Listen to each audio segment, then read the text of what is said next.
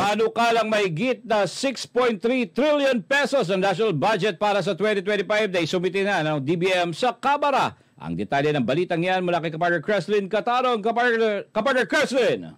Over na ni Department of Budget and Management o DBM Secretary Amina Pangandaman sa House of Representatives nitong Lunes ang National Expenditure Program o NEP o panukalang pambansang budget para sa susunod na taon. Umaabot sa 6.352 trillion pesos ang proposed budget, nakatumbas ng 22% ng gross domestic product ng bansa. Sinasalamin nito ang 10.1% na pagtaas mula sa 5.768 trillion pesos budget nitong 2024. Education ang pangunahing prioridad na may alokasyon na 977.6 billion pesos na gagamitin para sa pagpapahusay ng kalidad at accessibility ng edukasyon para sa lahat ng mga Pilipino. Ang Public Works ay makatatanggap ng malaking alokasyon na 900 billion pesos. Pumalo naman sa 297.6 bilyong piso ang inilaan para sa health upang may pagpatuloy ang pagpapatupad ng Universal Healthcare Act at tiyakin ang accessible at abot-kayang healthcare services. 278.4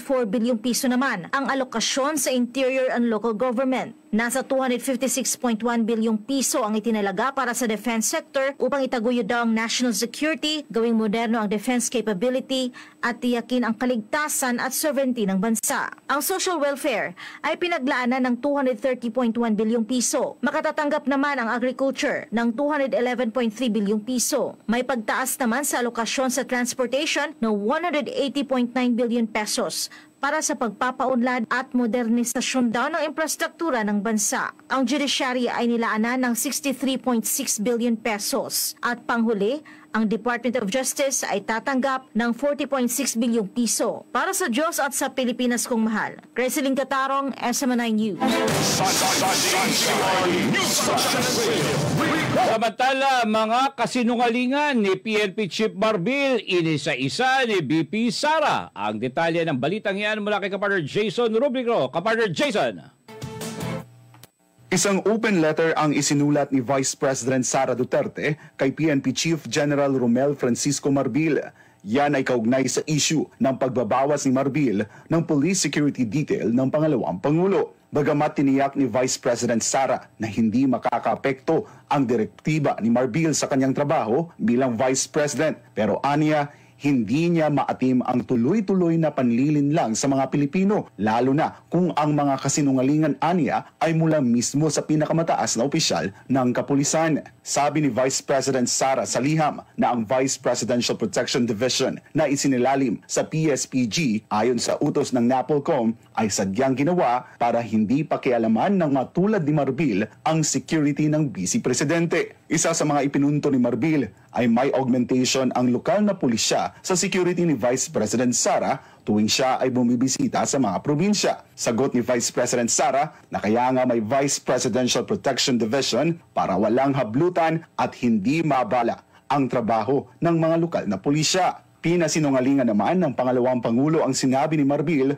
na nag-request ang hepe sa Office of the Vice President na tanggalan siya ng 75 security detail dahil kailangan ng dagdag na tauhan sa Metro Manila. Sabi ni Vice President Duterte na walang nangyaring request at sinabihan lamang sila ng PSPG na kukunin ang mga tauhan. Hindi na sila aniya nakipagtalo dahil punto ni VP Sara na si Marbil naman ang batas. Paliwanag naman ni Marbil na wala naman silang nakikitang anumang banta laban kay Vice President Duterte, kaya kailangang bawasan ang security detail ng pangalawang Pangulo. Pero tanong ni Vice President Sara sa hepe na kung ano ba ang ibig sabihin ng threat para sa kanya, kung ang banta ba ay maaari lamang magmula sa mga external elements, at kung hindi ba threat kung ang harassment ay nanggagaling mismo sa mga tauhan ng gobyerno. Ipinunto ng pangalawang Pangulo ang mga harassment tulad ng malisyosong pagpapalabas na isang video footage habang siya ay nasa NAIA, kung saan kuha ito sa isang lugar na pawang mga empleyado lamang ng paliparan at piling mga tao ang maaaring nandoon. Kasama rin aniyang nakuhanan ang kanyang asawa at mga anak na naging banta sa kanilang seguridad. Ibinunyag din ni Vice President Sara na kamakailan ay may mga operatiba ng PNP sa lugar kung saan siya nakatira para mag-casing. Pilit aniyang inaalam ang mismong bahay na kanyang inuupahan at ang bahay kung saan nakatira ang kanyang mga anak. Buti na lang aniya ay napigilan ng mga opisyal ng Homeowners Association. Dagdag pa na tanong ni Vice President Sara na kung sinasabi ni Marbil ay walang banta sa pangalawang Pangulo, bakit pwede pang mag-request ng dagdag na personnel at bakit nagtira pa ng 45 tauhan ng PNP na si Marbil pa ang pumili. Kaya sabi ng pangalawang Pangulo sa hepe, pagdating sa seguridad ng kanyang pamilya, siya ang magsasabi kung sino ang karapat-dapat, hindi si Marbil. Sabi niya kay Marbil, batas lang siya at hindi siya Diyos. Sabi naman ni Marbil na ang pag-relieve sa mga security detail ni Vice President Sara ay para sa police visibility.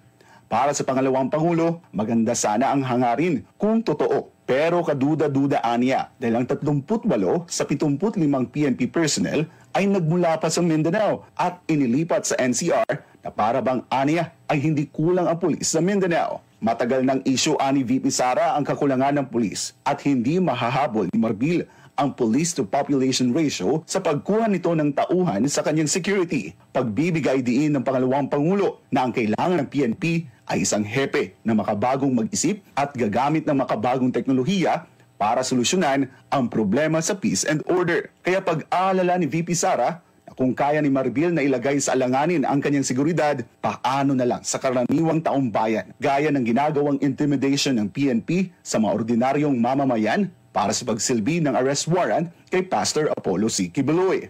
Sabi ni VP Sara na ang pagtanggal ng mga PNP personnel ay nangyari matapos siyang magbitiw sa Department of Education pagkatapos niyang inihambing ang SONA sa isang catastrophic event at kasunod ng paglabas ng cocaine video. Sinabihan niya si Marbil na huwag nang idamay ang mga mamamayan sa lahat ng mga kasinungalingan.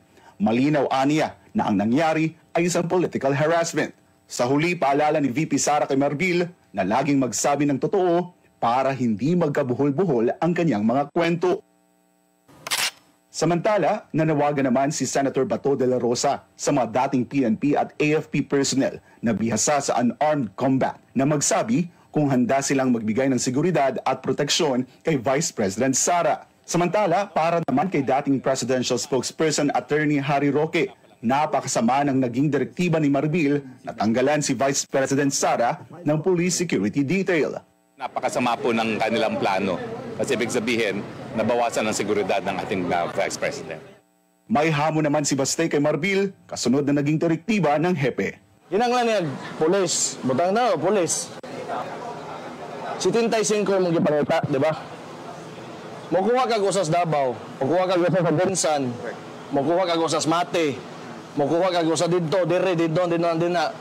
I'm sure makakita kag 75 ka buok nga kwaon nilo sa tibuok Pilipinas bisag usa lang sa isa ka istasyon sa Davao o sa bisag unsang lugar ma-fulfill na nimo imong ginapangita nga number of individuals or heads na kinahanglan nimo i-recall para makadungag ka. O karon nganong kinahanglan kwaon man nimo sa usa ka source nimo nga security detail. So ikaw tubaga na. Para sa Diyos at sa Pilipinas kumahal, ako si Jason Rubico, SMNR News. Sa iba pang mga balita, Motorcycle Crime Prevention Act pasado na sa Senado. Ang detalye mula kay Kapatid Troy Gomez. Governor Troy.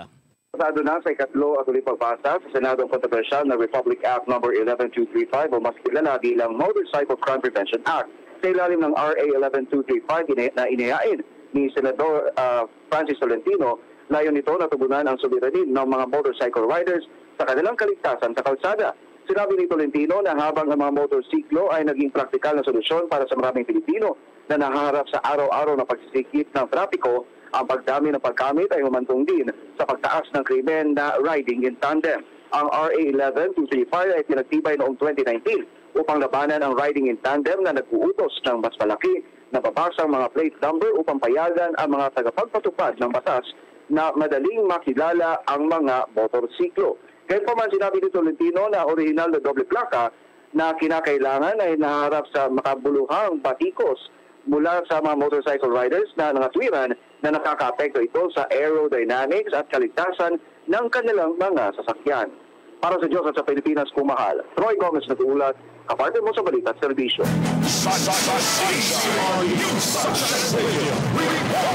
Attorney Panelo, kinwestiyon ng mga bumabatikos kay VP Sara Duterte. Alamin natin ang detaling yan mula kay kapartner Carlo Dela Peña. Kapartner Carlo.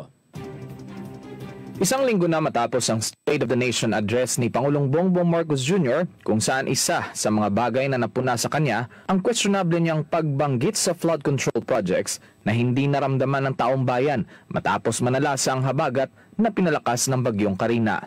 At sa pananalasa ng sama ng panahon, hindi rin nakaligtas sa batikos si Vice President Sara Duterte tungkol sa naging biyahe niya sa labas ng bansa kasama ang kanyang pamilya. Kaya naman kinuwestiyon din ng dating Chief Presidential Legal Counsel Attorney Salvador Panelo ang mga kritiko ng pangalawang Pangulo.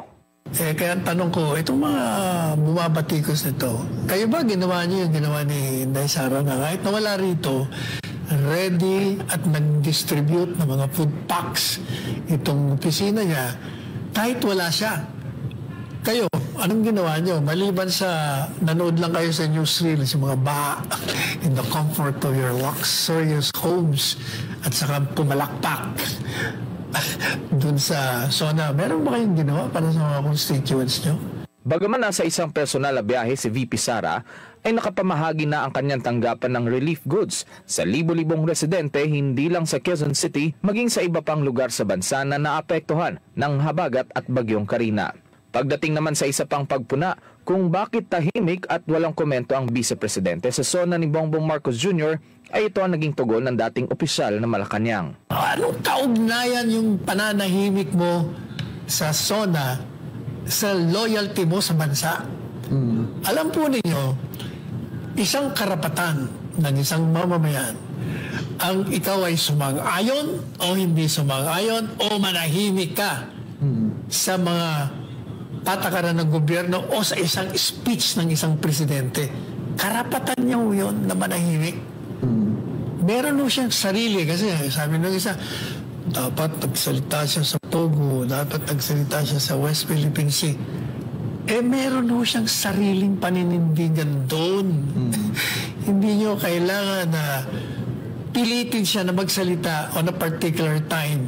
There is always a time for everything. Punto pa ng dating opisyal na may sariling paninindigan ang Vice Presidente at alam niya kung kailan lang siya dapat o kinakailangang magsalita dahil if she feels na hindi ngayon pa ang panahon, hindi mo mapagsasalita niya.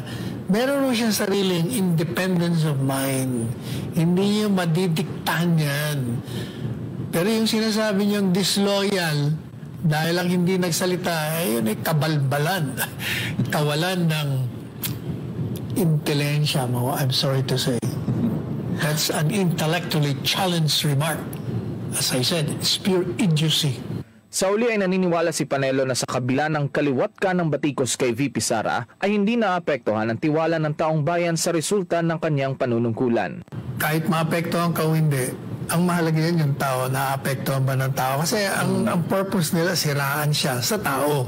O yung tao hindi, mataas pa rin ang rating. Ibig sabihin, it doesn't matter to them. The negativity heaped on her does not affect or will not affect her is because, maybe because Inday Sara is surrounded by the angels of light to shield her from the princes of darkness.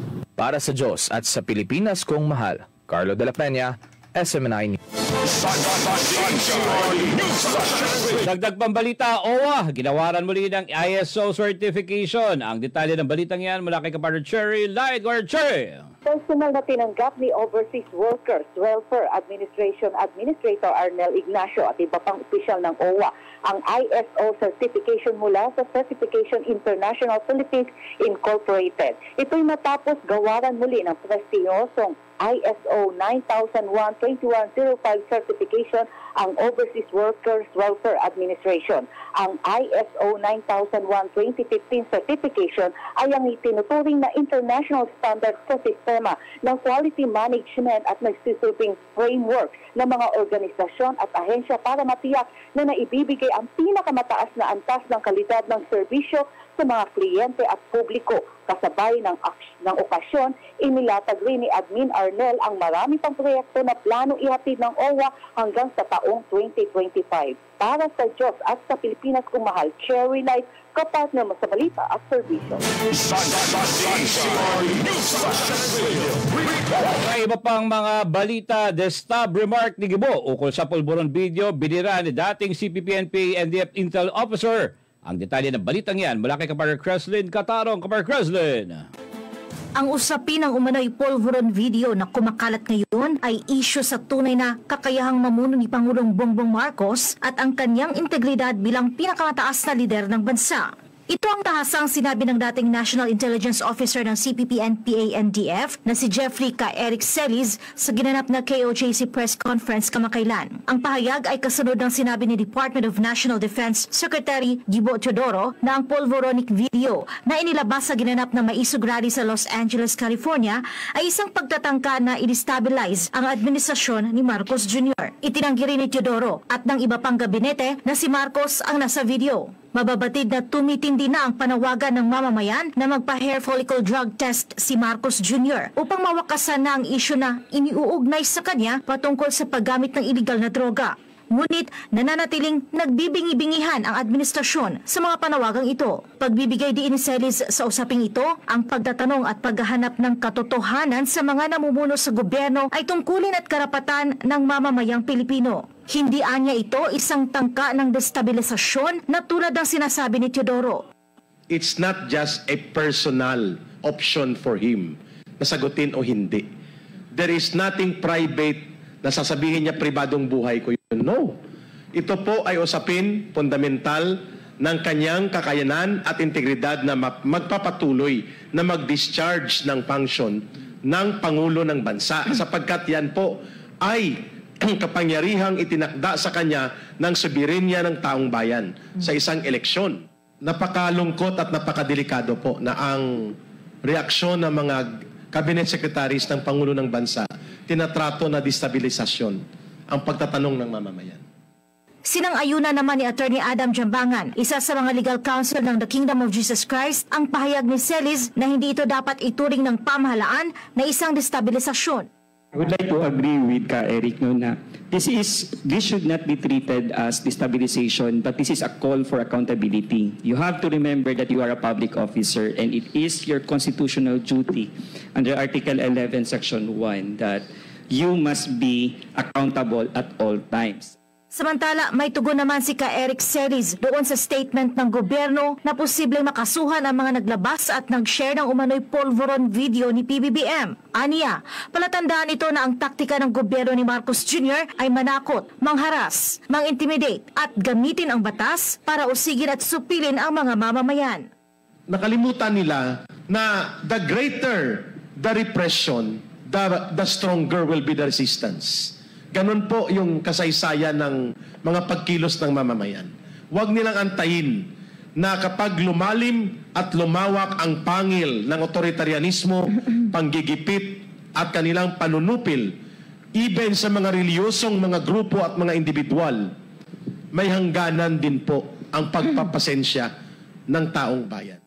Matatanda ang nagsalita na rin si dating Pangulong Rodrigo Duterte kaugnay ng kumakalat na umano'y pulveron video na ipinalabas daw sa mga iso gatherings sa Vancouver, Canada at Los Angeles. Gaya niya ng inaasahan, mabilis na hinamon ng Administrasyong Marcos ang pagiging tunay o authenticity ng tinaguriang pulveron video at sinabing isa na naman itong malisyosong pagtatangka na sirain o i-destabilize ang administrasyon. Inilahad ni dating Pangulong Duterte na ang simpleng pahayag ng gobyerno para pabulaanan ang naturang video ay hindi malakas na depensa. Bagkus, dapat anya sumailalim sa hair follicle drug test si Marcos Jr. Iginiit naman ni FPRRD na walang kinalaman ang hakbang ng maisog national leadership sa kumakalat na pulveron video sa iba't ibang social media platforms. Para sa Diyos at sa Pilipinas kong mahal, Creslin Catarong, SMNI News.